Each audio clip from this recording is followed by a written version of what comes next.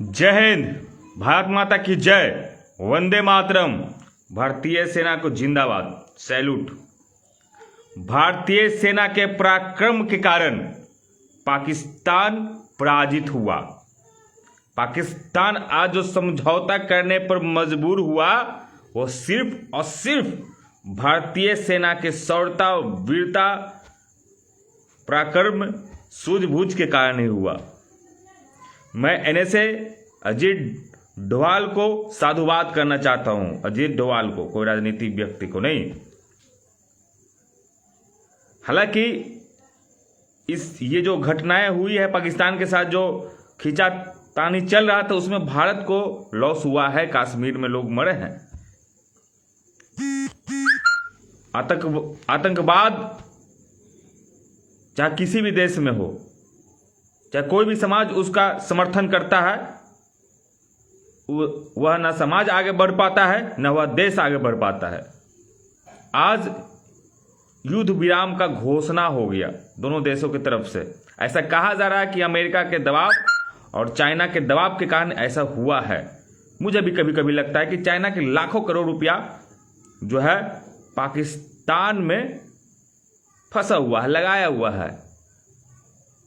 तो मेरे अनुसार कि ये युद्ध विराम क्या होना चाहिए, आप लोगों से पूछना चाहते हैं। अगर स्ट्रेटेजिकली अगर सोचिएगा तो नहीं होना चाहिए था, क्योंकि युद्ध हमने नहीं शुरू किया, बल्कि वो हमारे 28 निर्दोषों को सिर्फ इसलिए मार दिए कि वह हिंदू है। उसके बाद हमने अटैक की हुई आतंकवादियों पर। तो आतंकवादियों के अटैक के कारण, आतंकवादियों पर भारत के द्वारा जो अटैक हुआ, उसके कारण पाकिस्तान जो है भारत से लड़ने के लिए तैयार हो गया। उसके बाद ये समझौता, बहुत लोग समझौता, जिसके परिवार वाले हैं फोर्स में या फिर जितने भी, बहुत सारे लोग इसके पक्ष में हैं, बहुत सारे लोग विपक्ष में होंगे, क्योंकि जो इंडिया का जो लॉस होना था वो हो गया। या तो आप पीओके पर कब्जा करते, या फिर 10 से 15 दिन और ये चलता, कम से कम चलना चाहिए था। क्योंकि पाकिस्तान जो है आगे भी हरकत करेगा।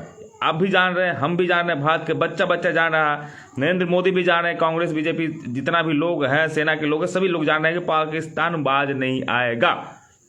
लेकिन हाँ, भारतीय सेना ने जो किया वो सही में काबिल तारीफ है। 2-3 चीज़ आपको हम बताना चाहते हैं। पहला कि पाकिस्तान का हस्तक्षेप, दूसरा कि चाइना को जिस प्रकार से पाकिस्तान के पीछे खड़ा रहना था नहीं रहा, बल्कि भारत के डर से चाइना भी पाकिस्तान को इस बार सपोर्ट नहीं किया। उसे पाकिस्तान को, जहां पर चाइना के लाखों करोड़ रुपया लगाया हुआ, फिर भी भारत में इतना क्षमता है। चाइना भारत के क्षमता को समझ गया है कि भारत 2008 वाला भारत नहीं है कि मुंबई में सीरियल ब्लास्ट कर दोगे, नहीं 90 के दशक के भारत है कि जहां ट्रेनों में ब्लास्ट कर दोगे, लगातार आतंकवादी घटनाएं करोगे। ये 2025 का भारत है। ये घुसेगा भी, मारेगा भी, और वर्ल्ड के कोई भी देश तुम्हें बचाएगा भी नहीं। ये सबको मालूम है। हमारी जो जो सिस्टम है, जो मिसाइल को हवा में ही मारने का जो सिस्टम जो डीआरडीओ विकसित की है, वो बहुत ही तागड़ा है। S-400 का जो प्रचारित किया गया कि इसके कारण जो है सारे मिसाइल को निरस्त किया गया, हवा में इंटरसेप्ट किया गया, वो ठीक है, रसिया का एक बहुत अच्छा टेक्नोलॉजी है और उसका प्रचार भी होना चाहिए, क्योंकि वो हमारे साथ किसी भी परिस्थिति में खड़ा रहता है। तो उसका प्रोडक्ट का प्रचार भारत ने किया। लेकिन असलियत यही है कि डीआरडीओ के द्वारा जो बनाया हुआ स्वदेशी जो हमारे पास चीज़ें थी, उससे इंटरसेप्ट बहुत ज़्यादा हुआ है। और हमारे पास बहुत ऐसे स्वदेशी हथियार हैं जिससे पाकिस्तान डरा और सहमा हुआ है, जिसे न आप जानते हैं, न हम जानते हैं, खुफिया एजेंसी के लोग जानते हैं, या फिर अमेरिका के लोग जानते हैं। हालांकि अमेरिका का पावर तो भाई बहुत है। विश्व में अभी सबसे ताकतवर अगर कोई देश है तो अमेरिका ही है। तो कल तक जो अमेरिका कह रही थी कि दोनों न्यूक्लियर देश है, न्यूक्लियर आइटम का देश है, दोनों मतलब न्यूक्लियर जो कंट्री है, जो दोनों के बीच में लाइन में हम नहीं पड़ेंगे। लेकिन आज अमेरिका को भी पढ़ना पड़ा, इसलिए कि दोनों देश जो है न्यूक्लियर रखने वाला देश है।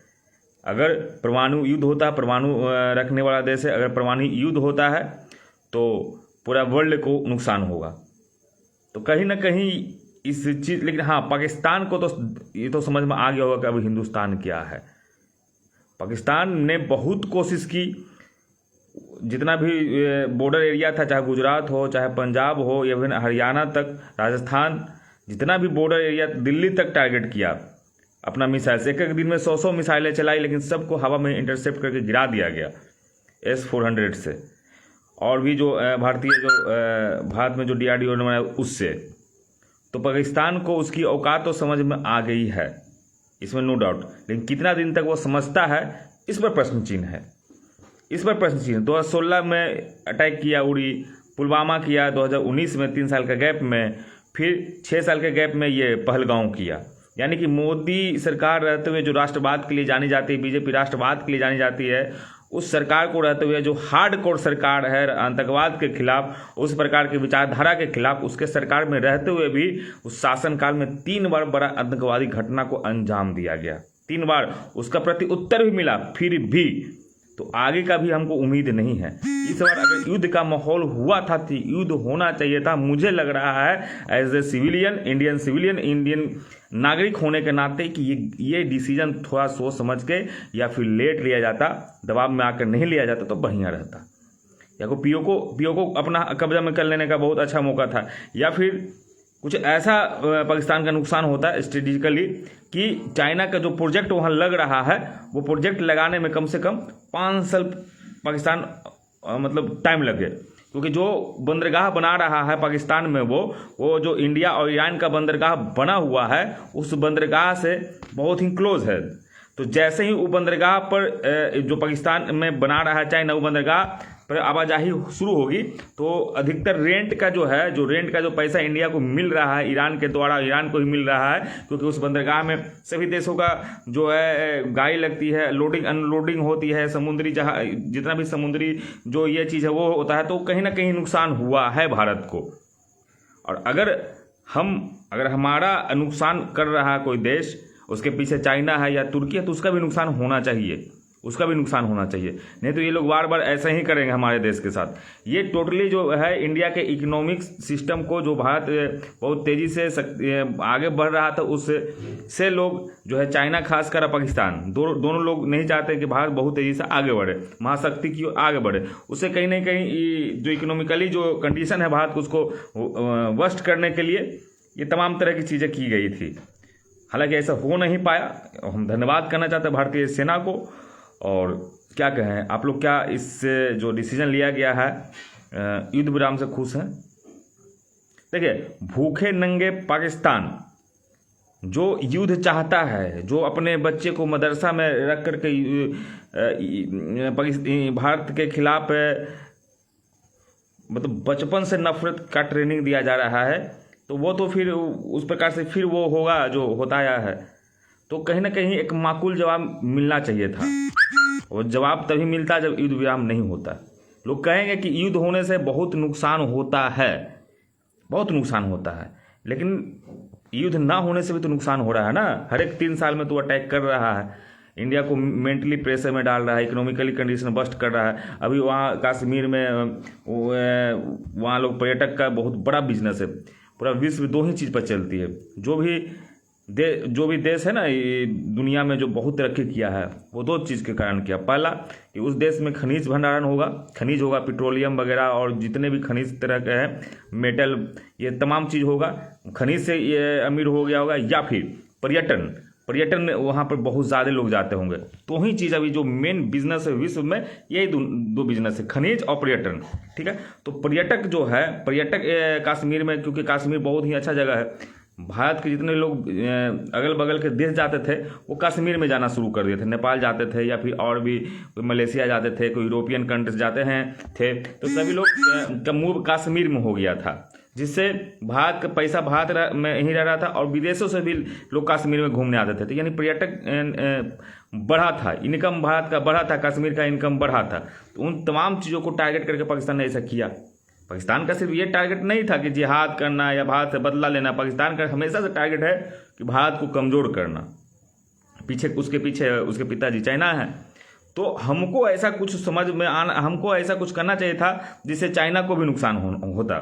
होना चाहिए कि अगर आप हमारे खिलाफ हमारे दुश्मनों को मजबूत करिएगा तो आपको भी नुकसान और आपको भी कमज़ोर करने का ये होगा। तो उस जहाँ पर उसका जितना भी सेटअप था पाकिस्तान के मात्र 10 से 15 दिन और चलता है इस प्रकार से, तो उसका तमाम तरह के जितने भी चाइना जो वहाँ पर इन्वेस्ट कर रहा है भारत को कमज़ोर करने के लिए, वो सब धराशायी हो जाता है। उसके बाद होता है कंप्रोमाइज। अगर परमाणु युद्ध का धमकी देता था तो हमारे भी मोदी जी तो बोले थे कि हमारे पास भी परमाणु युद्ध है जो हम लोग दिवाली में चलाने के लिए नहीं ले रहे हैं, क्योंकि युद्ध तो होगा, आज हो कल हो 10 साल के बाद हो 20 साल के बाद हो, परमाणु युद्ध होगा। क्योंकि वहाँ परमाणु युद्ध जो है ना विस्फोटक से नहीं होता, बुद्धि से होता है। वो लोग का बुद्धि भ्रष्ट है पाकिस्तानियों का। वो लोग भारतीयों के खिलाफ बचपन से ट्रेनिंग दे रहा है। मदरसा या मंदिर होता है कि जहाँ पर धर्म की बात हो, न कि किसी देश के खिलाफ भड़काऊ बात हो, किसी मजहब के खिलाफ भड़काऊ बात हो। तो कुल मिलाकर हमको थोड़ा सा अच्छा नहीं लग रहा है। इलाज होना चाहिए था पाकिस्तान का, भरपूर इलाज होना चाहिए था, क्योंकि नुकसान भारत के इस बार ज़्यादा हुआ। 28 लोग शुरू में मारे गए आतंकवादी घटना में, फिर जो उस हम पूंछ में मारा लोग, पूंछ जो जिसमें सरदार जी लोग को मारा और फिर वहाँ के स्थानीय लोगों को मारा, फिर कश्मीर में भी अटैक हुआ। तो सब जगह मरे हैं लोग, ऐसा नहीं है कि नहीं मरे हैं, कुछ ना कुछ तो लोग नुकसान भारतीयों का हुआ है। कुछ होना चाहिए था। अगर नहीं हुआ होगा तो फिर भविष्य में वो हिम्मत करेगा, लोग फिर भविष्य में हिम्मत करेगा। तो कहीं ना कहीं ये चूक हुआ है मेरे अनुसार। आप बाकी आपके अनुसार क्या लगता है आप कमेंट करके हमको बता सकते हैं, लेकिन हम इतना ही कहना चाहेंगे कि मेरे अनुसार चूक हुआ है। चूक हुआ है जो भी स्ट्रेटेजिक मेकर हैं या फिर जो भी थिंकर है, चाहे वो चाइना के दबाव में चूक हो या अमेरिका के दबाव में चूक हो या फिर कुछ भी हो, कोई भी एजेंडा हो, इस बार चूक हुआ। पाकिस्तान को इतना आसानी से छोड़ना नहीं था। पाकिस्तान हमारे गियर में था, हम पाकिस्तान को मजबूर कर दिए थे, उसका सारा एयरबेस को हम तोड़ फोड़ कर दिए थे, सारा जहाँ से वो हिंदुस्तान को अटैक। देखिए उसका इंटेंशन देखिए, एक दिन में 100 मिसाइल मार रहा है। हमारे देश के जो प्रमुख शहर है जहाँ इकोनॉमिक बहुत स्ट्रॉन्ग है वहाँ मार रहा है। यानी कि उसका सिंपल बात यह है कि देश को बर्बाद करना चाह रहा है। उसका कोई इंटेंशन नहीं है कि कौन आदमी मर रहा है, कि कितना आदमी को मारना है, या धर्म का या जिहाद का या फिर राष्ट्रवाद का कोई इंटेंशन नहीं है, बल्कि भारत को आर्थिक रूप से कमजोर करे, उसका ये इंटेंशन था। तो उस इंटेंशन के लिए उसको तोड़ दिया जाता, तब आने वाले 10 साल तक वो सही रहता। हर एक 10 साल में आपको लड़ना पड़ेगा। इजराइल मेंटली प्रिपेयर है, हम लोग को भी प्रिपेयर होना पड़ेगा कि हमें हर एक 10 साल में एक युद्ध बड़ा लड़ना है। आप देख लीजिए, 71 हुआ, फिर 84 में भी हुआ छोटा सा, 71 के बाद 99 में हुआ कारगिल युद्ध, फिर लगातार आतंकवादी घटना। तो हर एक 10 से 20 साल के बीच में 20 से 25 साल जो गैप होता है आपको लड़ना पड़ेगा। आप उसको 2 दिन में युद्ध को समाप्त कर दीजिए, या फिर आप 5 दिन में करिए, या 1 महीना ले जाइए, या सालों साल ले जाइए, लेकिन आपको मेंटली प्रिपेयर होना होगा। आपको मेंटली प्रिपेयर होना होगा कि तुर्की जैसे देश सपोर्ट करेंगे उसको, चाइना सपोर्ट करेंगे, हो सकता है अमेरिका भी दबाव आप पर बनाए, रसिया आपको सपोर्ट में हो सकता है कभी दबाव बनाए। सब कुछ के लिए आपको प्रिपेयर होना होगा। और हमसे तो बड़े बड़े एक्सपर्ट लोग, बहुत लोग हैं ऊपर बैठे हुए नेता लोग, तो अच्छा ही डिसीजन लिए होंगे, जो भी सोचे होंगे अच्छा ही सोचे होंगे। हम तो जो दिख रहा है as a Janata, as a नागरिक, एज ए सिटीजन, तो हम आपके साथ साझा किए हैं। लेकिन ये कहीं ना कहीं डिसीजन हमारे अनुसार गलत है तो गलत है, और हमारे अनुसार गलत है। हमारा हो सकता है वो क्षमता उतना दूर नहीं जा रहा होगा, मानवता बीच में आ गया युद्ध का बीच में, ये भी हो सकता है। तो पूरा तरह से हम तो ये नहीं बोल सकते कि मोदी सरकार गलत है या ये डिसीजन गलत है, लेकिन हमारे अनुसार, my point of view, this is a wrong, totally wrong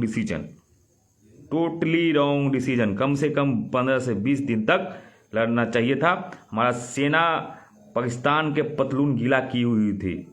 पूरा विश्व को इस बार समझ में आ गया, ये भी सत्य है। लेकिन हम दोनों बात बोलेंगे, ये भी सत्य है कि पूरा विश्व समझ गई कि भारत विश्व में बहुत बड़ा शक्ति बनेगा, इसमें कोई डाउट नहीं है। लेकिन तभी शक्ति बनेगा भारत जब पाकिस्तान को संभाल कर रखेगा और अपना इंटरनल जो फोर्स है, जो निगेटिव फोर्स है, उसको संभाल कर रखेगा, चाइना पर लगाम लगाएगा, तभी भारत शक्ति बन सकता है। नहीं तो जितना चाइना जितना उसके पास पैसा है, जितना चाइना भारत को चारों तरफ से घेर रहा है, चाहे वो श्रीलंका में वो अपना ये बनाया है, बंदरगाह बनाया है, अब बांग्लादेश उसको इनवाइट कर रहा है बंदरगाह बनाने के लिए, भारत को रोकने के लिए श्रीलंका में बना रहा है, तो चारों तरफ से घेर रहा है भारत को। श्रीलंका में बनाया, बांग्लादेश में बनाने का नौता दिल है, पाकिस्तान में बन ही रहा है, तो चारों तरफ से घेरा। पाकिस्तान की ओर रोड से चाइना का ये लिंक हो रहा है, तो भारत को घेर रहा है। तो भारत को एक मैसेज स्ट्रॉन्ग तो दे दिया है, बहुत अच्छा मैसेज दिया है कि 2 दिन में वो उसका तमाम एयरबेस समाप्त कर दिया कि जहां से तुम अटैक करोगे वो एयरबेस ही समाप्त है, तुम परमाणु अटैक करोगे हम हवा में ही उसको हम निरस्त कर देंगे। हम मान रहे हैं कि हमारे सेना बहुत शक्तिशाली है, इसके लिए जो भी पार्टी यहाँ 10 साल से या उसके पहले भी सबको साधुवाद दे रहे हैं। हम बीजेपी वालों को भी साधुवाद है कि आप कि मोदी जी ने राफेल और जो अब तमाम तरह के हथियार मतलब 10 साल में खरीदते गए हैं, ये भी सत्य है कि मजबूत किए हैं। लेकिन डिसीजन छोटा छोटा गलती, ताशकंद समझौता, शिमला समझौता, ये छोटा छोटा गलती जो समझौता हो जाता है वो थोड़ा सा देश को कमजोर करता है। अगर अभी भी फिर से समझौता हुआ टेबल टॉक के लिए अगर पाकिस्तान बैठेगा तो कुछ ऐसा समझौता होना चाहिए जिससे पाकिस्तान को नुकसान होना चाहिए, न कि हम मरे भी हम, समझौता भी हम करें। मेरे घर में पत्थर भी अगला मारे, नुकसान भी हमारा हो, उससे समझौता भी हम ही करें, ये कैसे हो सकता है? समझौता तो उसको करना पड़ेगा, घाटा तो उसको मुआवजा तो उसको देना पड़ेगा, मुआवजा किसी रूप में दे। तो कुछ ना कुछ तो अब सरकार तो बड़ी सोच रही होगी। जो सुरक्षा तंत्र में बैठे लोग हैं वो भी बहुत बुद्धिजीवी लोग हैं, जितने भी लोग हैं बुद्धिजीवी हैं तो अच्छा ही सोच रहे हो। लेकिन पाकिस्तान के तो ये तो हाँ, एक खुशी आप मना सकते हैं कि पाकिस्तान के पैंट गीला हो गया, पाकिस्तान को एकदम समझिए कि दौड़ा दौड़ा के कूटा है भारतीय सेना। अब भारतीय जो भी टेक्निकल लोग हैं, ड्रोन जो भी और फाइटर जो भी भारतीय सेना इस बार दौड़ा दौड़ा के उसका पतलून गीला कर दिया, उसका शहर के लोगों में ऐसा खौफ भर दिया कि सभी लोग, वहाँ का जनता भी डरी हुई थी। सब अपने नेताओं से मांग कर रहे थे कि युद्ध विराम दो, तुम लोग अपना चेहरा चमकाने के लिए, अपना राजनीति को जिंदा रखने के लिए, अपने राजनीति करने के लिए इस प्रकार का जो है तुम लोग घटना को अंजाम करवाते हो। तो ये तमाम चीज़ें हैं कि भारतीय सेना के शौर्य पराक्रम को हम कभी भी ये नहीं कर सकते हैं। सैल्यूट है, भारतीय सेना अभी पूरे विश्व में सबसे मजबूत सेना है। विश्व में अमेरिका के भी सेना इतना मजबूत नहीं जितना भारतीय सेना मजबूत है। चाइना तो छोड़ दीजिए, चाइना तो कहीं टिकेगा ही नहीं, क्योंकि हम लोग के रग में, हम लोग इमोशनल आदमी हैं। इमोशनल आदमी बहुत खतरनाक होता है, बहुत। देश का बात आ जाएगा तो ना जाने कितना सर धड़ से अलग कर देगा। तो हम लोग इमोशनल आदमी हैं, भारतीय लोग इमोशनल होता है। तो भारतीय सेना जो है एक बार बीरस का कविता पढ़ेगा, एक बार जो देशभक्ति गाना बजेगा तो ना जाने कितना सर जो है धड़ से अलग कर देगा दुश्मनों का भारतीय सेना। तो अब हम लोग हमारे देश का ज्योग्राफी ऐसा है कि गर्मी, ठंडा, जाड़ा, बरसात सब हम लोग सहते हैं।